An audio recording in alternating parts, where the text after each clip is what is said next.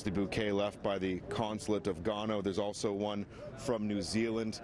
Now, along with the cards, the poems, and the thousands of flowers, millions of dollars are also being raised through GoFundMe. It's a crowdfunding source that has been picking up steam and has raised millions of dollars for multiple tragedies in recent months.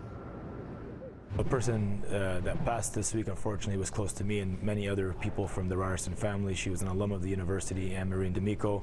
People came together quite quickly, and they were able to organize a quick crowdfund with the GoFundMe page to give her and her family some support. The official Toronto Strong page has raised more than $1.5 million. Vegas Strong has raised north of $11 million, and the funds for Humboldt Broncos has raised $15 million, 90% of which was donated by Canadians, according to GoFundMe. It's a crowdfunding surge that has brought out some of the best in humanity when it comes to financial support in the face of devastation.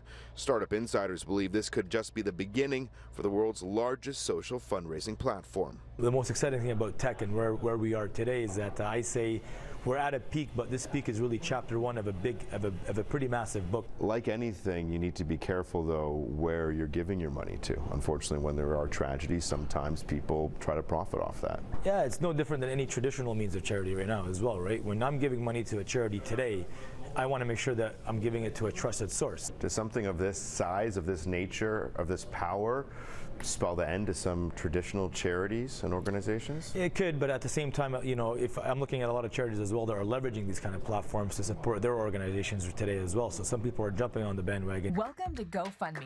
GoFundMe began back in May of 2010. Mainly, it was used to help crowdsource cash for medical expenses in the U.S. Today, more than 50 million people have donated roughly $5 billion. A 5% service fee used to go to GoFundMe, but as of November 2017, the service is now free in Canada and the U.S.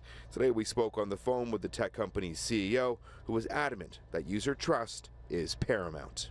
When money comes in to GoFundMe and you're raising money on behalf of someone else, that person is the only person who can withdraw the funds. So we do a lot of checking and verifying on the veracity of a person. And based on the systems that we've built, you know, well under 0.1% of our donation volume results in any kind of fraud.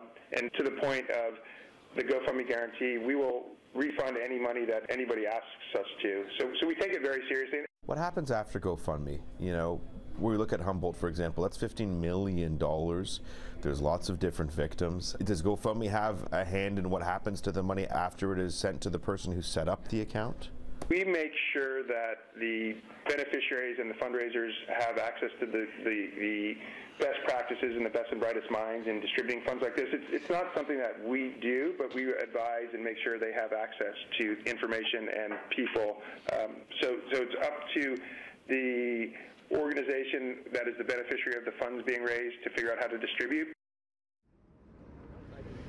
Now, there is a standard credit card Visa fee if you are using your credit card to donate. And there's also a tip option. When you're donating, GoFundMe gives you the option of sending them some money, a tip to help them keep on going. Now, I wanted to show you here, there's all those flowers out front, but just take a look at this. The flowers actually are now wrapping around the back of the memorial, as well as posters, letters, poems, and while this is definitely appreciated. I was speaking with some people who have kind of taken up organizing the memorial here. They encourage people to continue bringing their flowers and their candles, though they say what is needed is money for the families, for the injured, for the victims, and they're hoping that you can do that through the official Toronto GoFundMe account.